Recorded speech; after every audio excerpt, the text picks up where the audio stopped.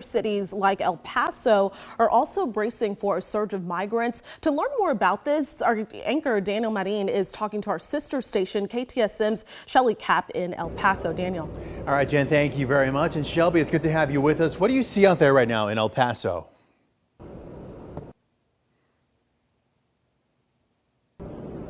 Yeah, Daniel, we are right here along the border highway next to the border fence that you can see here behind me. And we know just on the other side of this border fence, our crews in Quad is saying there are 600 migrants that are waiting to be picked up by Border Patrol. They have been bringing buses in and taking these migrants out in groups. Actually, just moments ago, a bus did just pull up here in this area. We may actually see them get on that bus here behind me while we're talking. But this is the area where we're seeing the most migrants at this point along the border. We have seen some a little further down, but this is the main spot, and we've seen Texas DPS troopers here, of course, a Border Patrol, and we're also seeing National Guard at this point. Daniel.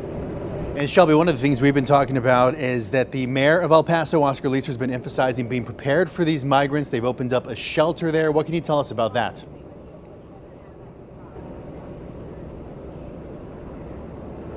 Yeah, Daniel, actually just yesterday they ended up opening those vacant middle schools that they transformed into migrant shelters. However, I did just speak with the city of El Paso minutes ago, and they did tell me at this point they don't have any migrants in there yet, but they are anticipating that they will see an influx in migrants coming. They're expecting that a lot of those migrants that had actually turned themselves into Border Patrol earlier this week will start being released from custody, and then they will be going to those schools. But they definitely say that safety is a big priority. Our mayor actually saying that he believes there are less migrants now in Juarez, though, before than what we had originally believed. And Shelby, you also recently talked to the pastor at Sacred Heart Church right there in South El Paso within view of the border. They've been helping with the migrants, but they say they just don't have enough room. What are they saying today?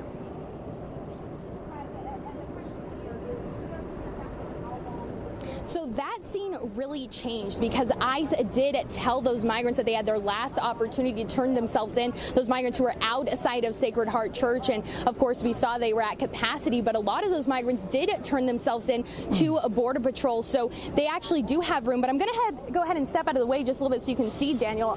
This is what I was talking about. There's one of those Border Patrol buses that just arrived here at the border. We're not sure if we're going to be able to see migrants get on, but generally we see them kind of walk these migrants out in a line from the border fence and then get onto this bus. You can see Border Patrol communicating to each other out here as they're planning. Sometimes the buses do go in, but maybe we might see some of them actually come out, Daniel. And Shelby, one more thing before we let you go. Recently, there has been some concern over the safety of these migrants. We shared your reports about fake immigration documents, and you also reported on the recent deadly fire that happened at the Migrant Center right across the border from El Paso and Ciudad Juarez. So what's being done to keep these people safe?